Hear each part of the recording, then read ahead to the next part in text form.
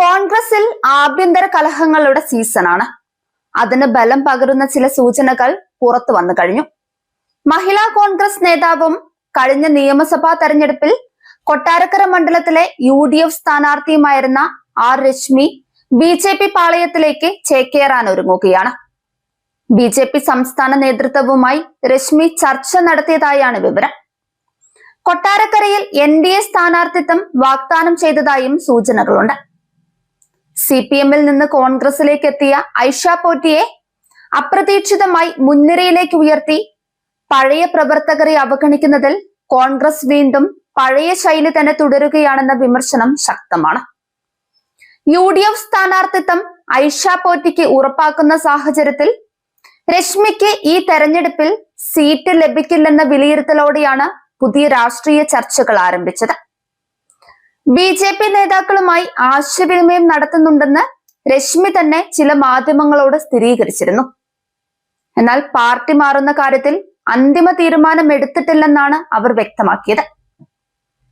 ഭർത്താവുമായി BJP നേതാക്കൾ സംസാരിക്കുന്നുണ്ടെന്നും രശ്മി പറയുന്നുണ്ട്. ഇതിനിടെ കൊടിക്കുന്നിൽ സുരേഷ് രശ്മിയുമായി ഫോൺ സംഭാഷണം നടത്തി.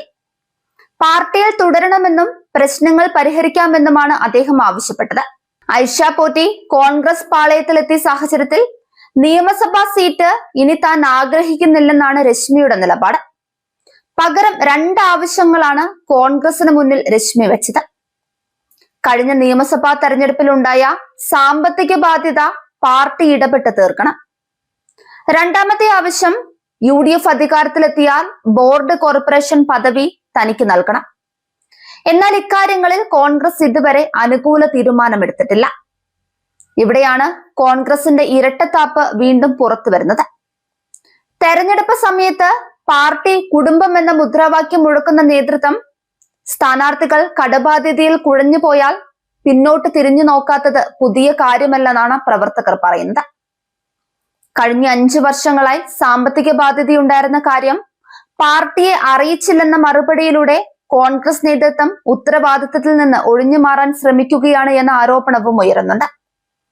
ബുധനാഴ്ച വിശദമായ ചർച്ച നടത്താമെന്ന് നേതാക്കൾ അറിയിച്ചെങ്കിലും സംസ്ഥാന നേതൃത്വത്തിന്റെ വ്യക്തമായ ഉറപ്പാണ് രശ്മി ആവശ്യപ്പെടുന്നത്. ഇത് കൊടുക്കാൻ കോൺഗ്രസ് നേതൃത്വം തയ്യാറായിട്ടുമില്ല. ഐഷ പോറ്റിയുടെ വരവിൽ അസ്വസ്ഥത ഉണ്ടായിരുന്നെങ്കിലും രശ്മി പാർട്ടി വിടുമെന്ന് കോൺഗ്രസ് നേതൃത്വം പ്രതീക്ഷിച്ചു കാണില്ല. പ്രതിപക്ഷ നേതാവ് VD സതീശൻ നയിക്കുന്ന പുതുയുഗ യാത്രയുടെ തത്സമയ സംപ്രേഷണം വരെ രശ്മി തന്റെ ഫേസ്ബുക്ക് പേജിൽ പങ്കുവച്ചിരുന്നു. യാത്രയ്ക്ക് മുമ്പ് കൊടിക്കുന്നിൽ സുരേഷിന്റെ നിർദ്ദേശപ്രകാരം സതീശനെ നേരിൽ കണ്ട രശ്മിയോട് എല്ലാ പ്രശ്നങ്ങളും പരിഹരിക്കാമെന്നും പാർട്ടിക്കൊപ്പം നിൽക്കണമെന്നും സതീശൻ ആവശ്യപ്പെട്ടതാണ്. കൂടിക്കാഴ്ചയ്ക്ക് ശേഷം സംതൃപ്തിയോടെ മടങ്ങിയ രശ്മി BJP-യുമായി ചർച്ച ആരംഭിച്ചതാണ് കോൺഗ്രസ് നേതൃത്വത്തെ ഞെട്ടിച്ചത്.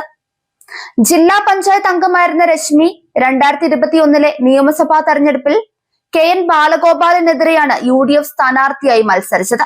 അന്ന് CPM കേന്ദ്ര കമ്മിറ്റി അംഗമായിരുന്ന ബാലഗോപാൽ ഇന്ന് സംസ്ഥാന ധനമന്ത്രിയാണ്.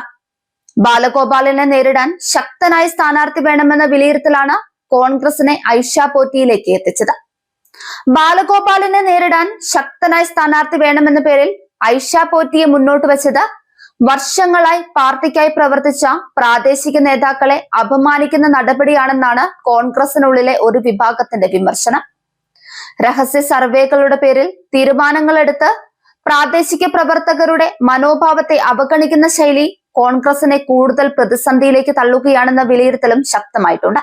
2011-ലെ മണ്ഡല പുനർനിർണയത്തിന് ശേഷം ഇടത് സ്വാധീനം കൂടുതലുള്ള പഞ്ചായത്തുകൾ കൊട്ടാരക്കരയോട് കൂട്ടിച്ചേർത്തത് കോൺഗ്രസിന് വെല്ലുവിളിയായിരുന്നുവെങ്കിലും അതിനെ മറികടക്കാൻ ശക്തമായ സംഘടനാ പ്രവർത്തനം നടത്തുന്നതിന് പകരം പാർട്ടി മാറിയ മുഖങ്ങളെ ആശ്രയിക്കുന്ന പ്രവണതയാണ് ഇപ്പോഴും കോൺഗ്രസ് തുടരുന്നത്.